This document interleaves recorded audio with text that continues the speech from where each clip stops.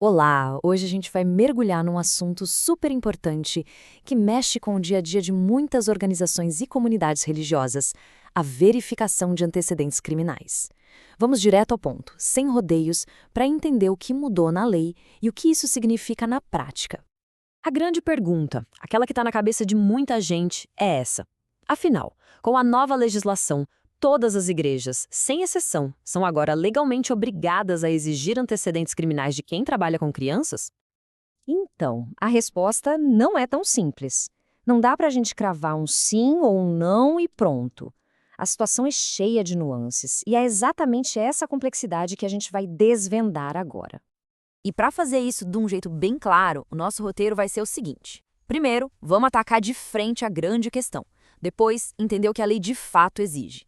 Aí, a gente entra no debate central, analisa os cenários do dia a dia e, no final, chega a uma resposta mais conclusiva. Ok, vamos lá. A primeira parte da nossa análise é para desconstruir aquela ideia que muita gente tem, a suposição de que essa obrigação de checar antecedentes vale para todo mundo, de forma universal. E olha só, a coisa é bem direta. Não é verdade que todas as igrejas sejam obrigadas por lei. A palavra-chave aqui é depende. Depende do contexto, das atividades de cada instituição, e é justamente esse depende que cria toda a discussão. Para a gente poder entender essa história de depende, a gente precisa ir na fonte, o que a lei realmente diz. Vamos dar uma olhada na legislação, que está no centro de toda essa conversa? A peça central desse quebra-cabeça é a Lei nº 14.811, de 2024. É importante saber que ela não surgiu do nada, não.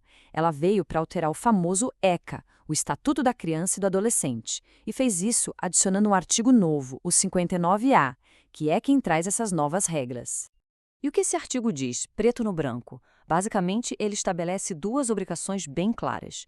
Primeiro, instituições sociais, sejam públicas ou privadas, que recebam grana pública e trabalham com crianças, têm que exigir a certidão de antecedentes atualizada a cada 6 meses.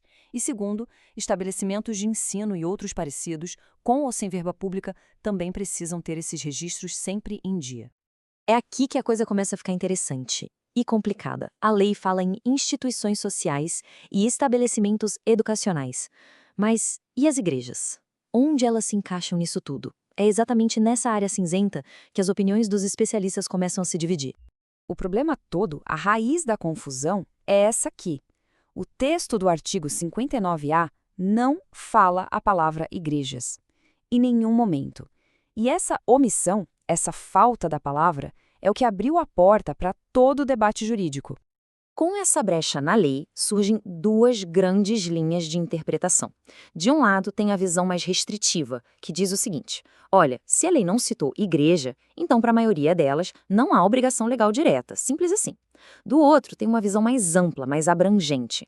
Essa turma argumenta: peraí, uma igreja que tem escola dominical, grupo de jovens, acampamento, ela não se torna similar a um estabelecimento educacional? E por essa lógica, a obrigação passaria a existir na prática. Certo. Chega de teoria, vamos para a prática.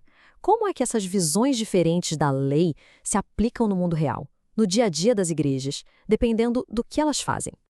Vamos pensar nos cenários. Uma igreja que não recebe verba pública e não tem uma escola formal. Pela letra fria da lei, não seria obrigada. Já uma igreja que recebe algum recurso do governo, aí não tem conversa. Sim, é obrigada e tem que seguir a regra à risca. Agora, e aquela que tem atividades educativas constantes? Aí a gente cai no debate jurídico, mas o que se vê na prática é um número cada vez maior de igrejas exigindo por uma questão de proteção. E claro, se houver um processo na justiça, um juiz pode simplesmente determinar a exigência como medida de proteção. Então, depois de passar por todo esse debate, o que fica claro é que a discussão está mudando de foco. A gente sai daquela pergunta de sou legalmente obrigado para pensar em qual é a melhor prática. E a resposta tem sido a proteção. Para a gente amarrar tudo, os pontos principais são: não existe uma lei federal que diga todas as igrejas são obrigadas, ponto. Mas exigir os antecedentes é uma prática muito, mas muito recomendada. Por quê? Porque, em primeiro lugar, protege as crianças e pessoas vulneráveis. Segundo, diminui a responsabilidade tanto civil quanto criminal da liderança e também cumpre um dever geral de proteção que já está lá no ECA.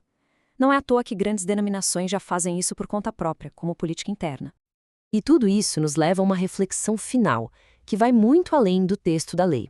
A proteção de uma criança precisa esperar por uma lei que diga exatamente o que fazer? Ou ela deve nascer de um princípio de cuidado, de zelo? É uma pergunta fundamental que toda liderança deveria se fazer.